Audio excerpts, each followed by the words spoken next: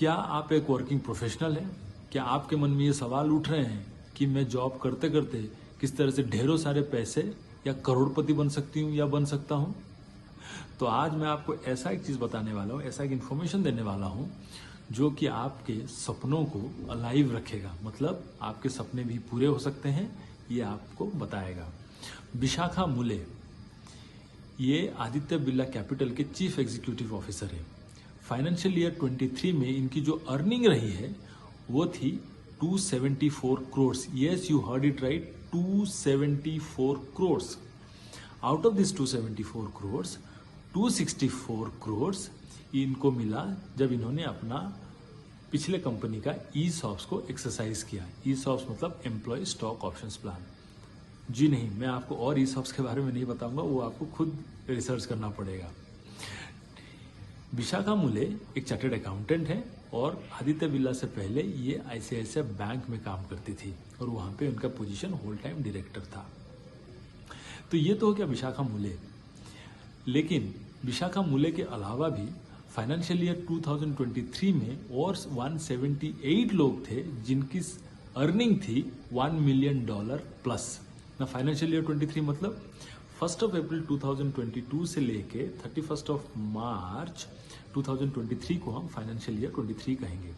1 अप्रैल 2023 से लेके 31 मार्च 2024 को हम कहेंगे financial year, yes, financial year 24, है ना।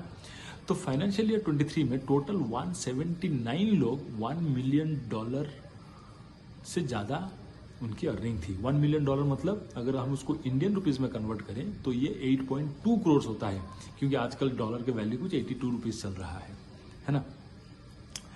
तो 179 लोगों ने 8.2 करोड़ से ज़्यादा कमाया। ये नंबर 171 था फाइनेंशियल ईयर 22 में।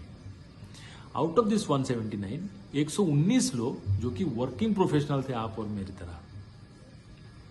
अब समझ में आया कि आप भी पैसे कमा सकते हैं, लेकिन उसके लिए ज़रूरत क्या है? उसके लिए ज़रूरत यह है कि आपके जो स्किल्स हैं वो टॉप नॉच होना चाहिए। मैं बताऊंगा इसके बारे में।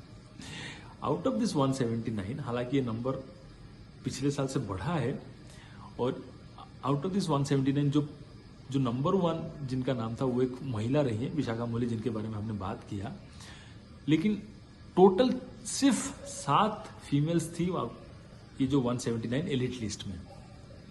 तो इतने सारे लोगों को इतने सारे पैसे क्यों मिल रहे हैं, कैसे मिल रहे हैं? तो इंडिया का अगर आप ग्रोथ देखेंगे पिछले 10-15 साल में, तो इंडिया का ग्रोथ काफ़ी इवॉल्व होते जा रहा है और इंडियन इकोनॉमी में अभी उतने पैसे हैं, उतना स्ट्रेंथ है कि वो लोगों को, जो टॉप टैलेंट है, उनको काफ़ी ढेर सारा पैसे दे सकती है ना। उसका और एक कारण क्या है कि जब आजकल इंडिया की कंपनियां सब ग्लोबल जाना चाहती हैं, मतलब ग्लोबली कॉम्पिटिटिव होना चाहती हैं, तो जब आप ग्लोबली कॉम्पिटिटिव होना चाहते हैं तो आपको जो टॉप टैलेंट चाहिए, CXO लेवल में जो टैलेंट चाहिए वो भी टॉप क्वालिटी का होना चाहिए, तो वो भी ग्लोबली ही लाना पड़ेगा। तो जब आप ग्लोबली टैलेंट स्काउट करते हैं तो उनका जो कॉम्पेंसेशन बेंचमार्क होगा वो भी उसी लेवल, मतलब ग्लोबल स्टैंडर्ड को होना चाहिए। इसीलिए आजकल लोगों को इतने सारे पैसे मिल रहे हैं। तो आप क्या सोच रहे हैं? आप भी सोच रहे हैं ना कि मैं भी पैसा कमा सकता हूँ? जी हाँ, आप कमा सकते हैं, प्रोवाइडेड आपकी जो स्किल्स हैं वो टॉप नॉच होना चाहिए। आप जो प्रॉब्लम सॉल्व कर रहे होंगे वो भी काफ़ी कॉम्प्लेक्स होना चाहिए। तो इससे हमको ये सीख मिलती है कि हम नए स्किल्स एक्वायर करते रहें, और आप जिस भी फील्ड में क्यों ना हो, चाहे HR हो, चाहे आप सेल्स हो, चाहे फिनांस हो, या किसी भी फील्ड में क्यों ना हो अपने कंपनी में, identify those complex problems that you can solve and you can earn a name. इसमें टाइम लगता है, ठीक है। अगर आप कल करोड़पति बनते हैं तो मुझे याद करना, प्लीज़ मुझे याद करना, मुझे अच्छा लगेगा, क्योंकि मैं जो वीडियोस बनाता हूँ वो सिर्फ आपके लिए इसीलिए बनाता हूँ कि आपको कुछ अच्छे यूनिक इन्फॉर्मेशन मिले जिससे आप सीख सकें और आगे ज़िंदगी में बढ़ सकें। मिलते हैं कल सुबह 9 बजे, जानते हैं कुछ और। तब तक के लिए लाइक करें, शेयर करें, सब्सक्राइब करें to my channel mister Satpati. मिलते हैं, बाय बाय।